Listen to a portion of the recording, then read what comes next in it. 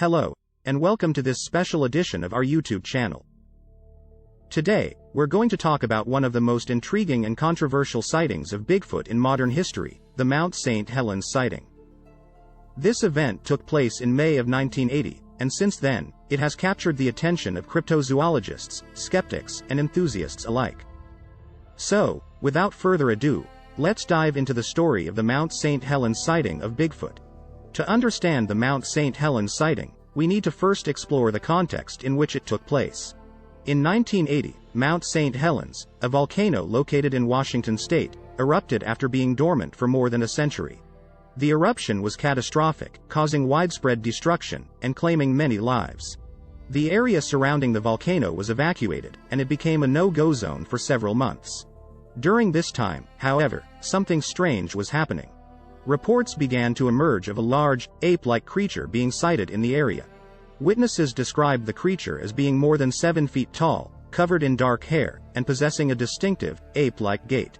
The sightings were sporadic at first, but they became more frequent as the weeks went by. On the afternoon of May 18, 1980, a group of loggers were working in the area around Mount St. Helens when they had a close encounter with the creature. According to their accounts, the loggers were in the process of clearing a road when they heard a loud, guttural roar. They turned around to see a massive, hairy creature standing less than 50 feet away from them. The creature was unlike anything they had ever seen before. It was more than 7 feet tall, covered in thick, matted hair, and had a powerful build. It stood on 2 legs, but its arms were disproportionately long, reaching almost to its knees. The creature looked directly at the loggers for several seconds before turning and disappearing into the woods. The loggers were understandably shaken by the encounter, but they didn't immediately report it to anyone. It wasn't until they returned to their camp later that evening that they discussed what they had seen. Eventually, news of the sighting reached the media, and it quickly became a sensation. The story of the Mount St. Helens sighting of Bigfoot was covered extensively by the press, and it sparked a renewed interest in the creature. However, skeptics were quick to dismiss the sighting as a hoax or a case of mistaken identity. They argued that the loggers had simply seen a bear or some other large animal. Despite the skepticism, there is some evidence to support the loggers' claims. First of all, their accounts are consistent with many other Bigfoot sightings that have been reported over the years. The creature they saw fits the typical description of Bigfoot: tall, hairy, and bipedal. There is some physical evidence that supports the existence of Bigfoot, although none of it is conclusive. One of the most compelling pieces of evidence is footprints. Over the years, there have been numerous reports of large, human-like footprints found in the forests of the Pacific Northwest.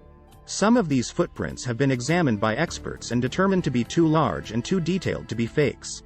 Furthermore, there were other sightings of Bigfoot reported in the area around Mount St. Helens at the time, which lends some credibility to the loggers' story. In addition, some researchers have pointed to physical evidence that suggests the existence of Bigfoot, such as footprints and hair samples. Hair samples have also been collected and analyzed, with some researchers claiming that they match no known species of animal. Many people believe in the existence of Bigfoot and cite various pieces of evidence, such as eyewitness sightings, footprints, and audio recordings. However, most of these claims are based on anecdotal evidence and are not considered scientifically verifiable.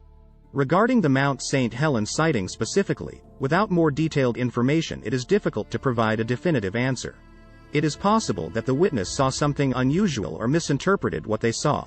It is also possible that the sighting was a hoax or a misidentification of a known animal. Thanks for watching. Don't forget to hit that like button and subscribe.